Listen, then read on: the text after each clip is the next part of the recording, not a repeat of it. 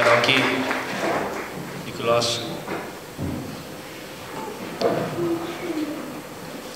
Geagte dames en here, dankie vir die voorreg om u toe te spreek op die 64ste herdenking van 'n groot geskiedkundige gebeurtenis, naamlik die republiekwording van ons land Suid-Afrika.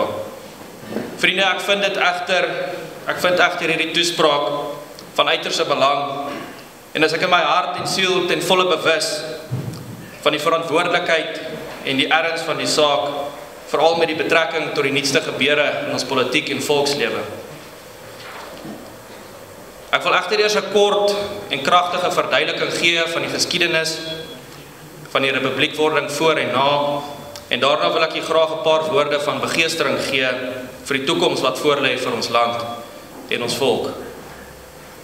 John McCord skryf, na die eerste vryheidsoorlog in the South African struggle, the British were baffled and frantic with rage because of a war that had gone so awry.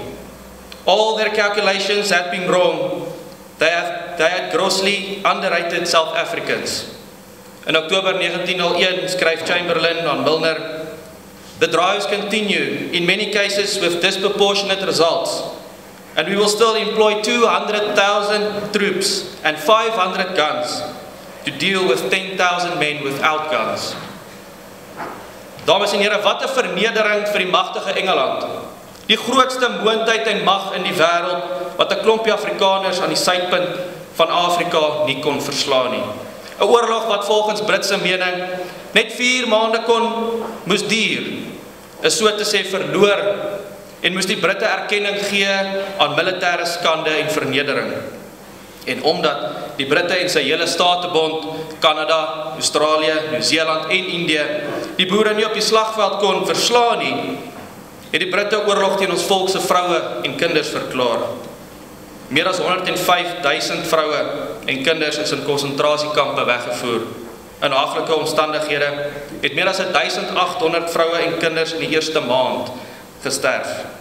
En dis die sterftespersentasie na 2 maande meer as 34%. 30,000 plase is afgebrand en van 1 miljoen beeste net 200,000 oor. Van 1,5 miljoen skape net 400,000, en dit vriende net in die Transvaal. In hierdie oorlog sterf meer as 14% van die boere in die vryheidsstryd, en meer as 25% van ons vroue en kinders het hulle lewens opgeoffer. Na die oorlog het nie 'n enkele kind onder die ouderdom van 3 jaar die kampe verlaat nie.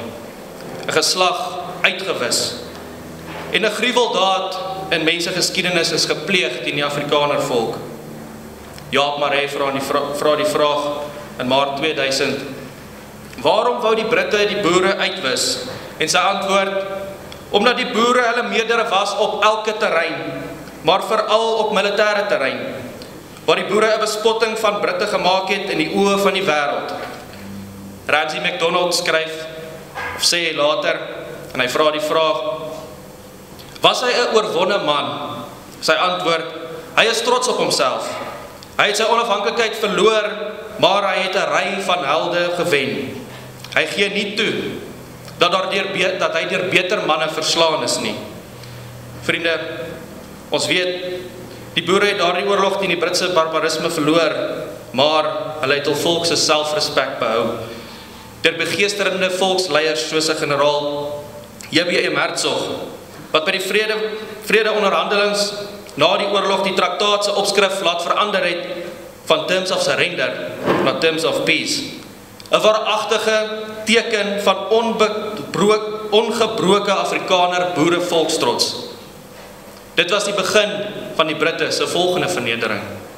Met die Unie van Suid-Afrika en 'n traktaat van terms of peace en Engelse heerskappy oor Suid-Afrika en sy Afrikaner volk, het Afrikaners se selfrespek en volkstrots soos 'n Phoenix uit die vuur verrys. Geknak, vriende, maar nooit gebreek nie. En het Afrikaner nasionalisme soos 'n sneeubal-effek begin rol en werkte tot J.B.M. Hertzog se beroep op Suid-Afrika eerste. In 1924 wen generaal Hertzog die verkiesing as eerste minister van Suid-Afrika. 'n Totale verkeerde berekening van die Britte. Na J.B. Hertzog se sterfte in 1942 is die stryd vir totale Afrikaner onafhanklikheid nie neergelê nie, maar dit is manne soos D.F. Malan en J.G. Strydom wat die stryd voortsit. In 1948 wen die Nasionale Party die verkiesing met D.F. Malan as leier en premier, terwyl Britse berekeninge daarop staat gemaak het dat die boereverraaier generaal Smuts die verkiesing moes wen, om Suid-Afrika 'n Engelse land te hou, maar die Afrikaner regering was nou in beheer van die hele Suid-Afrika. En sprake van republiekwording en die uittreë uit die Statebond het 'n groot onderwerp van gesprek geword. Wanneer J.G. Strydom as vurige republikein onversetlik op die standpunt van 'n republiek buite die Britse Statebond gestaan as simbool van Suid-Afrika se volkome vryheid. In die eerste helfte van 1949 is Indië se versoek toegestaan deur die Statebondsraad vir 'n republiek en sy behoue lidmaatskap aan die Statebond. Dit het die hele grondslag van die Statebond verbreed om republieke ook in te sluit. J.C. Smuts en sy Verenigde Party het aangevoer dat as Suid-Afrika 'n republiek sou word, Brittanje alle bande met hom sal verbreek en dat so iets rampspoedige nagevolge vir Suid-Afrika sal beteken.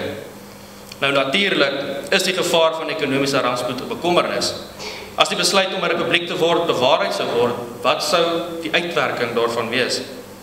Dr. Malan het egter daarop gewys op 13 Maart 1951 dat die Afrikaner volk reeds 'n hoogtepunt in sy geskiedenis bereik het. Hy mag derhalwe nie 'n tree agteruit gee nie. Daarom is dit van die allerhoogste belang dat daar na groter eenheid gestrewe moes word. Dit moet nie net eenheid na buite wees nie, maar eenheid ook in die harte van Afrikaners.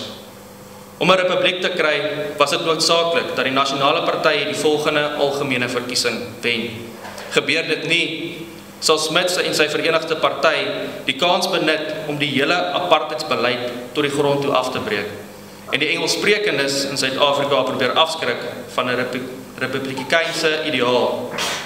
In die parlementêre reses van 1954 het D.F. Malan bedank en dit is aan J.G. Strydom oorgelaat om die knoop deur te hak. Baie sal vandag beoordeel dat meneer Strydom as premier nooit iets groot tot stand gebring het nie. Hy kon die kleerlingstemkwessie in die Kaap ontlont en die kwessie van monopolie in die Suid-Afrikaanse ekonomie aanspreek, maar die republiek kon hy in sy bewindsjare nie kry nie en word dikwels gevra waarom nie. Dit kan aanvaar word dat as meneer Strydom nie so siek man in sy politieke loopbaan was nie en sy tyd kort geknip nie, sou hy die knoop kon deurhak. Die een beskouing was dat daarin die party nog 'n aansienlike groep was wat nie geglo het dat die tyd vir republiekwording nog nie ryp is nie. Dr. Verwoerd skryf in sy boek Die Republiek van Suid-Afrika, Agtergrond, Ontstaan en Toekoms. Gedurende die laaste paar jaar voor advokaat J.G. Strydom se betreurde heengaan, het ons almal begin besef dat indien die republiek nie binne die volgende 5 jaar periode tot stand gebring word nie, die tyd miskien vir altyd verby sou gaan. Daar was diegene wat gereken het dat eers groter volkseenheid en meer vordering met die nie-blanke vraagstukke teweeggebring moes word. Advokaat Strydom en ek was egter onder diegene wat net die teenoorgestelde geglo het. Ons was oortuig dat die republiek eers moet kom en dan sou die taalgroepe nader aan mekaar groei. Advokaat Strydom was die siel van die hele republikeinse strewe. Selfs in daardie moeilike jare in die 30s en die 40s, toe meeste die republiekkwessie op die agtergrond wou skuif, was dit meneer Strydom wat dit voortgesit het en kan sy aandeel nooit gering geskat word nie. Terwyl meneer Strydom in die hospitaal met die dood geworstel het hy sy wens uitgespreek dat wat ook al met hom gebeur, die stryd moet voortgaan en is daar reeds agter die skerms met die gekokes oor 'n opvolger. Die argument was dat advokaat Swart vir 'n paar jaar eerste minister sou wees en dan sou Dr. Verwoerd hom opvolg. Maar baie beweer dat Dr. Verwoerd te junior is, te jong. Advokaat Swart was op daardie oomblik leier van die Volksraad en hy het ook formele aankondigings gedoen wat nodig was. Dit was egter 'n belang in die kabinet dat daar iemand as waarnemende eerste minister aangestel moet word terwyl meneer Strydom nog herstel. en dat daar dringende aanstelling moet wees aangesien meneer Strydom verswak. Advokaat Swart het egter die formele aankondiging gemaak as waarnemende eerste minister. Nuus het egter deurgekom dat meneer Strydom oorlede is op 24 Augustus 1958. Daar moes nou dringend 'n nuwe leier aangestel word, terwyl meneer Swart 'n tweede keer as waarnemende eerste minister aangestel is. Dr. Verwoerd het aan Hertzog gesê dat hy homself verkiesbaar stel en dat hy by daardie besluit sal bly. Hy voeg by dat hy durf homself nie onttrek van die stryd nie, veral nie in hierdie tyd, wat dit vir die voortbestaan van die Witman fataal is nie. Verwoerd het ook die mening uitgespreek dat 'n verjonging in die kabinet ook 'n noodsaaklikheid is. Daar word nou wel ondersteuners gewerf. Daar moet nou wel ondersteuners gewerf word met vir Verwoerd en Swart om die volgende leier van die nasionale party aan te wys. Dit het egter duidelik aan die lig gekom dat Verwoerd sterk staan en die resultaat verrassend vir die Verwoerd groep. In die bearbeiding van sommige lede het van die invloedryke manne die standpunt ingeneem dat hulle graag die versekering wil hê dat Dr. Verwoerd werklik sterk gaan optree en dat hy nie sou bang wees vir die druk en die propaganda teen hom nie. Dr. Verwoerd se antwoord hierop was dat hy diep onder die indruk verkeer wat mense van hom verwag en hy sal hulle nie teleurstel nie. Dr. Verwoerd en Hertzog het sommige van die probleme en take wat op Verwoerd wag bespreek. Een van die sake wat tussen die twee manne bespreek is die noodsaaklikheid dat die Afrikanervolk weer moreel sterk gemaak moes word. Die Afrikanervolk moes weer nuwe besieling as 'n nasie kry. Daar is nou gestem in die party vir die nuwe leier tussen Verwoerd en C.R. Swart en na 'n taamlike stryd wat die stemmery betref, het Dr. Verwoerd die meerderheidsstem gekry as leier in die nasionale party en premier van Suid-Afrika. Na afloop van die stemmery het C.R. Swart eerste opgestaan en uit sy hart uit loyaliteit teenoor Dr. Verwoerd beloof. Verwoerd se woorde 'n paar dae na sy verkiesingsoorwinning was: 'n mens moet in die openbare lewe, 'n mens moenie in die openbare lewe populariteit nastreef nie, maar altyd die regte ding doen. Wat homself betref, sal hy probeer om altyd die regte ding te doen, selfs al moet hy daardeur ondergaan.' Dr. Verwoerd het egter besef dat daar nie veel langer met die kwessie van republiekwording gesloer mag word nie. Hy was natuurlik ook bewus daarvan dat sou sy planne misluk, dat die toekoms van 'n republiek nie net jare sal terugskuif nie, maar dat dit die anti-republikeine en veral die Engelse pers die geleentheid sou gee om meer onsekerheid oor die wenslikheid van die republiek te saai en mense daarteen beïnvloed. In so 'n geval, vriende, moet 'n mens seker wees van jou saak. Jy moet seker wees dat jy die posisie kan handhaaf en dat jy jou volk nie sal benadeel nie. Jy mag dalk vir 'n oomblik 'n held wees, maar indien jy misluk in die stappe daarna, sal jy die ellende van jou mistasting moet dra en die smartlike gevolge wat dit op jou volk sal hê. Op daardie stadium was Verwoerd en die manne in die party se grootste bekommernis die land se ekonomiese posisie. Roep hulle 'n republiek op 'n tydstip uit wanneer die ekonomiese toestande swak is, dan kry die republiek die skuld vir alles wat verkeerd loop. Ander probleme of sake wat nog uitgeklaar moes word, was die vorm van die republiek. Gaan dit soos die Amerikaanse vorm wees, waar die president met uitvoerende magte bekleed word, en of soos die Franse vorm, waar die president eintlik net 'n figuur en 'n simbool is. Oor wat die Afrikaners verlang, waar ons egter geen twyfel daaroor nie. Ons wil 'n republiek hê waarin die president deur ons volk verkies word. Die beginsels en grondslae van die republiek is breedvoerig bespreek in die eerste kabinetsvergadering voor die begin van 1960 se parlementsitting, en daar is ooreengekom dat dit goed is. Daar is besluit op 'n referendum oor die saak. 'n Gewone meerderheid van 1 sal in die referendum beslissend wees. Ja vir die republiek of nee teen die republiek. Daar was egter 'n kommer dat daar nie genoeg eenheid oor die saak is nie en die twyfel het steeds gestaan. In 1960, met die aanslag op Dr. Verwoerd se lewe toe hy deur David Pratt in die gesig geskiet is hy verhinder om daardie jaar die kwessie van Suid-Afrika se voortgesette lidmaatskap as 'n republiek by die Statebondskonferensie te bespreek. Meneer Erik Lou, sy buitelandse minister van sake, is toe deur Dr. Verwoerd ontbied om die konferensie te gaan bywoon en Suid-Afrika te gaan verteenwoordig. Die Statebondskonferensie het besluit dat in geval Suid-Afrika besluit om 'n republiek te word, dat die Suid-Afrikaanse regering dan om die instemming dit van ander Statebondslede te vra. In Mei 1960 het Dr. Verwoerd 'n week voor die Uniefees laat weet dat hy die feesrede in Bloemfontein sou lewer op Uniedag, die 31ste Mei. Verwoerd se Uniefees toespraak se tema was dat die blanke sou moes bly regeer en dat die blanke bereid sou moet wees om te werk en om hard te werk. En teen die einde van sy toespraak het hy gesê, as u wil oorwin, moet u gereed wees om leiers te volg wat nie bereid is om te soog nie. In Junie 1960 het die peilingssyfers deurgekom en was dit duidelik dat daar meer ja-stemme nodig was vir die republiek.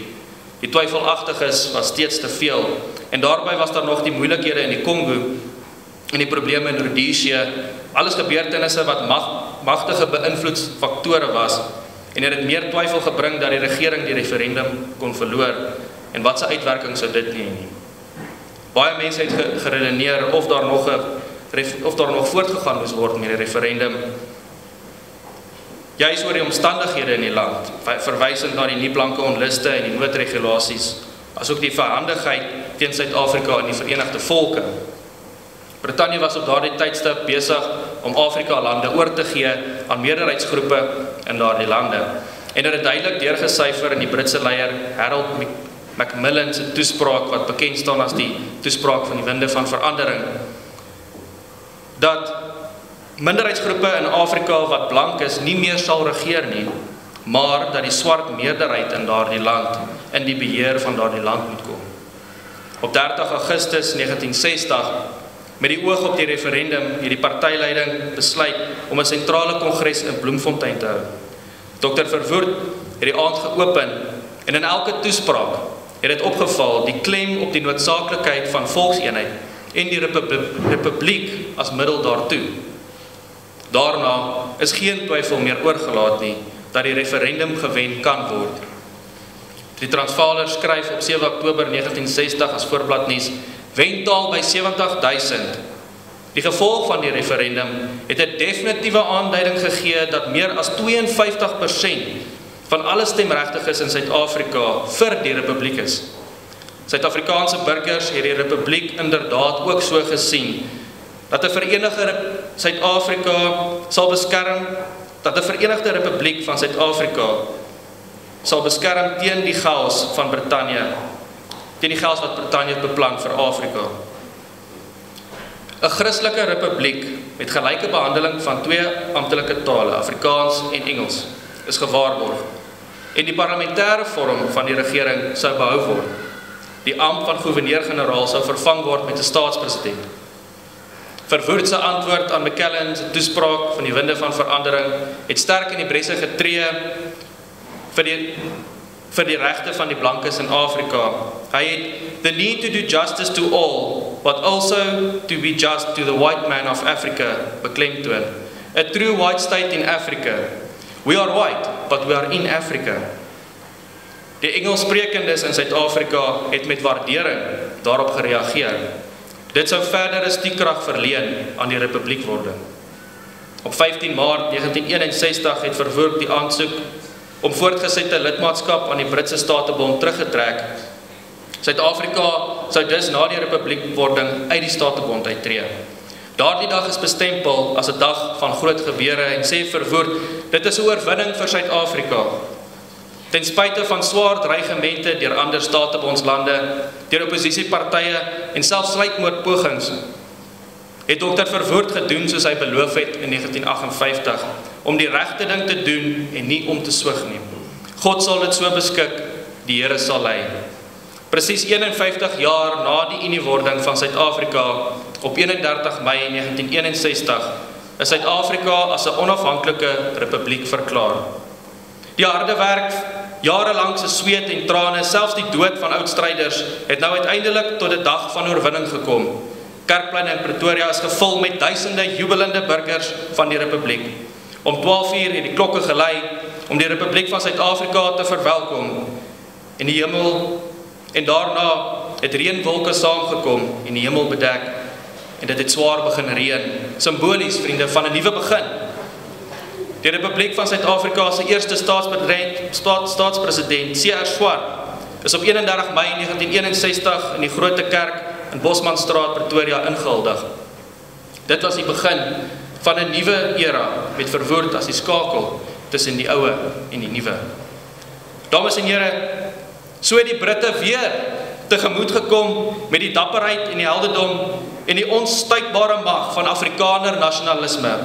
Weereens en nogmaals het die Britte en die wêreld daar buite die Afrikaner volk te lig geweeg en misreken.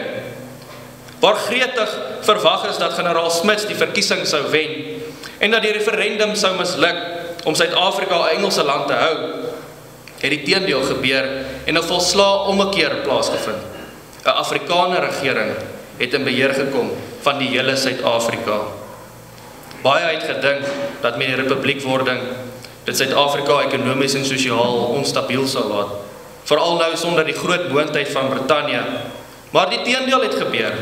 Suid-Afrika in sy eensaamheid en onafhanklikheid van die wêreld het in elke terrein uitgestyg bo na ondenkbare hoogtes. 'n Stempel van sekuriteit in Afrika en ontwikkeling het Suid-Afrika die sterkste staat gemaak. Sy nywerhede, mynbou en landbou, staatsdienste en infrastruktuur. Terwyl die hele Afrika in gels gedompel was, het Suid-Afrika as enigste baken van hoop gestaan, met 'n beleid van afsonderlike ontwikkeling en tuislande vir elke bantugroep, 'n sosiale ontwikkeling en vrede bewerkstellig en gewaarborg. Iets wat geen ander land of regering nog ooit in die geskiedenis van die wêreld kon doen nie, vriende. Afrikaanse skole, universiteite en kerke is gebou en gevul. Paaie, damme en tonnels is gebou. Besighede en sakekamers het met sterk teenstand en met beperkte middels suksesvol gegroei weens bekwame leiding en bestuur van Afrikaners. Die rugstring van hierdie land is gebou met die hande van Afrikaner nasionaliste wat hard gewerk het om hul erfenis te bewoon en te bewonder tot eer van hul Skepper. Dames en here, vinnig het die peste van die wêreld en internasionale inmenging die republiek begin aanval. Hoe kan 'n Christen blanke volk in Afrika heers? En wie het hom die reg gegee om so uit te styg bo die res? 'n Nuwe haat teenoor die Afrikaner is weer groter aangeblaas, om juis hierdie land van stabiliteit en ekonomiese vooruitgang te vernietig en te verkneg aan die wêreldmagte. Deur die loop van die gebeurtenisse is swart volke opgesweep deur die liberale vleuels, in 'n poging om Suid-Afrika se orde te verbreek, sy veiligheid om te dop, sodat 'n ingryping of tussenregering vinnig ingestel kan word en so op 'n mate die Afrikaner regering te ontmag. Dit sou die mense in die politiek in twee groepe verdeel. Die wat onwrikbaar en vas op beginsel staan en die wat met elke wind van verandering saamgaan. Dit is die mense wat gevlug het uit die verantwoordelikheid van voortsetting en van daardie verskoning van verandering wat aanvaar moes word as 'n nuwigheid, wat tog te pragt en goed is. Dit is die mense wat nie die moed gehad het nie, wat nie deur die engtes van nood saam met hulle volk kon beweeg nie, en daarom hulle dergelike begeerte om hulle eie mense plat te druk. Mense wat nie die durf het nie, wat te lafhartig is om nee te sê wanneer beginsels verkwansel word. Hulle is die mense wat aantrekking tot die vreemde mag het, die aantrekking na alles wat teen ons geveg het, en verskoning dat ons volk in die groot wêreld ingelei moes word. Soos Oppenheimer in 'n toespraak genoem het met betrekking tot die verandering wat moet plaasvind in Suid-Afrika, het hy dit so gesê dat 'n oorgawe in Suid-Afrika nie met geweld gepaard kan gaan nie, aangesien dit al baie misluk het, maar dat dit subtiel gedoen moet word, 'n oorlog van binne sy politiek, kultuur en ekonomie en gevoer deur sy eie mense. Groot berade en vergaderings is gehou, sommige in die geheime kamers van die sakewêreld, om die planne op te trek om hierdie Afrikaner Republiek te onderwerp aan 'n ANC kommunistiese bestel. Dit sou lei tot die infiltrering van die Suid-Afrikaanse politiek en die einste nasionale party van Dr. Verwoerd om die grootste verraad in die geskiedenis van hierdie wêreld te pleeg. Op 24 Oktober 1974 staan Pik Botha op en sê aan die Verenigde Volke en die ganse wêreld dat Suid-Afrika om verskoning vra vir sy beleid van afsonderlike ontwikkeling. En dat hy en met sy party, saam met sy president John Vorster, alles in hul vermoë sal doen en met alle middele tot hulle beskikking weg te beweeg van daardie beleid en daardie beginsels.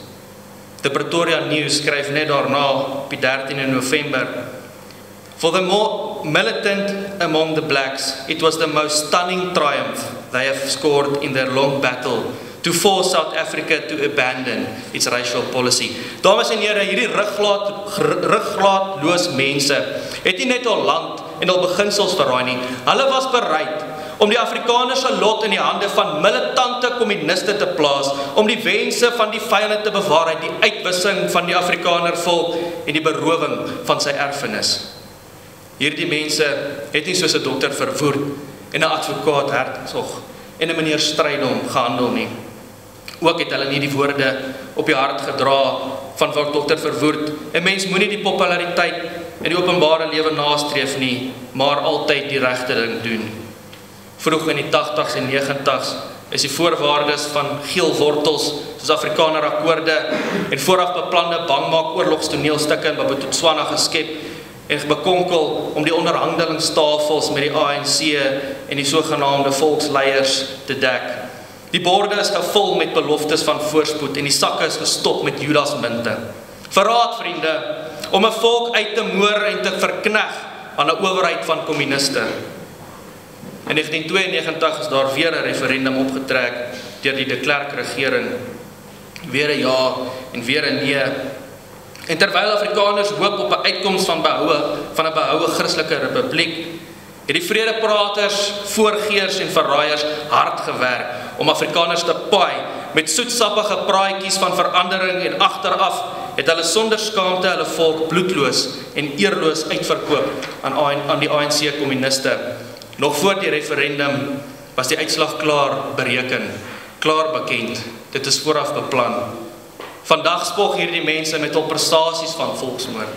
Vandag kry hierdie mense die grootste toekennings en eerbied van die wêreld vir hulle verraddelike heldedaad om 'n Christelike Afrikaner regering omver te gooi en om sy volk en sy erfgename van sy land oor te gee aan verowering. Vir meer as 30 jaar is hierdie volk verdruk en misken as 'n verstote minderheid. Hy word vertel dat hy dit verdien, dat as gevolg van sy misdade, sogenaamde misdade in die verlede, die moord en die uitlewering op toekom.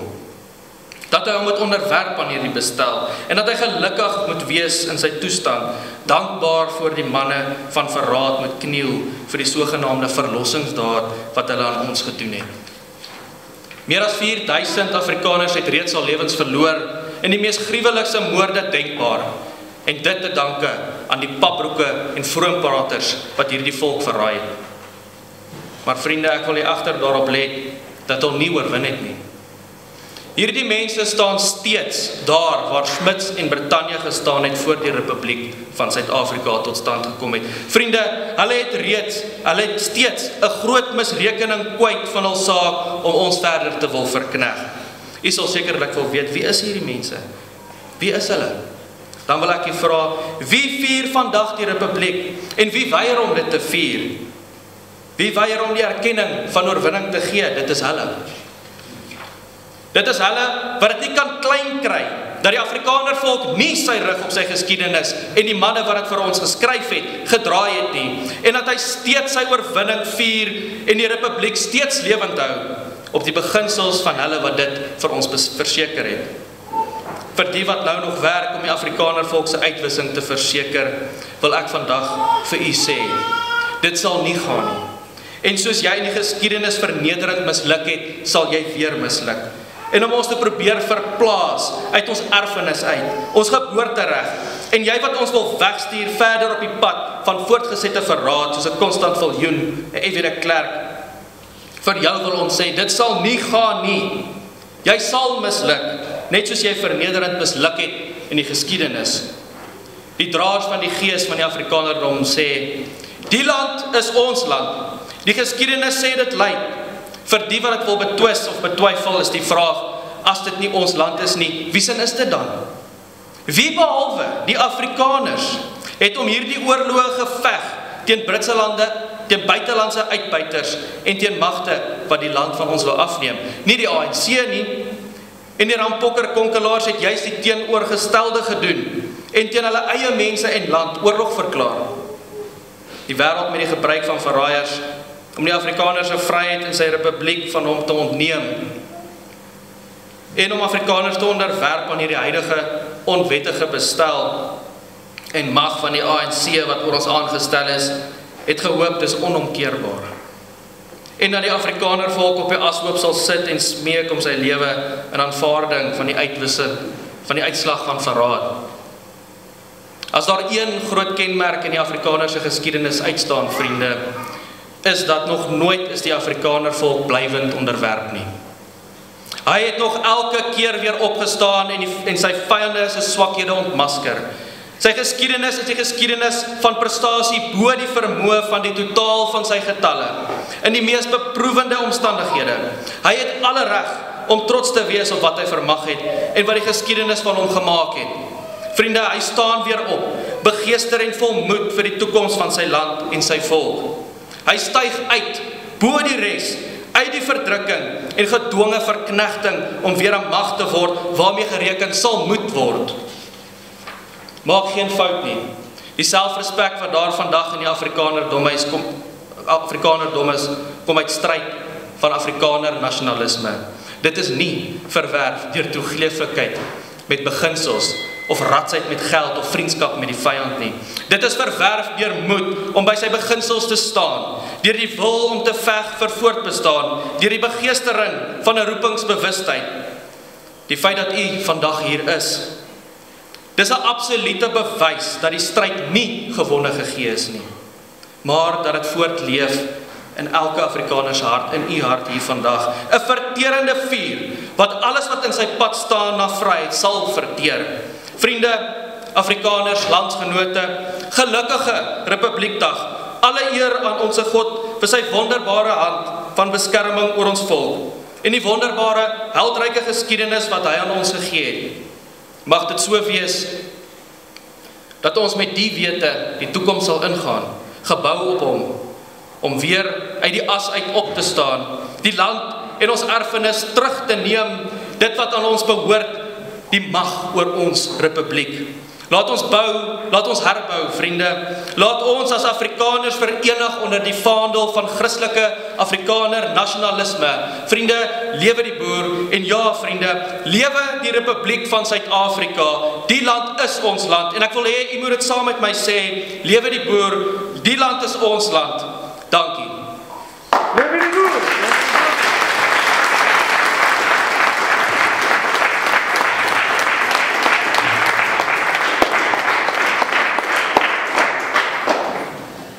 Baie dankie meneer Dirk Joubert vir die gepaste toespraak. En ja, dat ons nie ons geskiedenis vergeet nie. Kom ons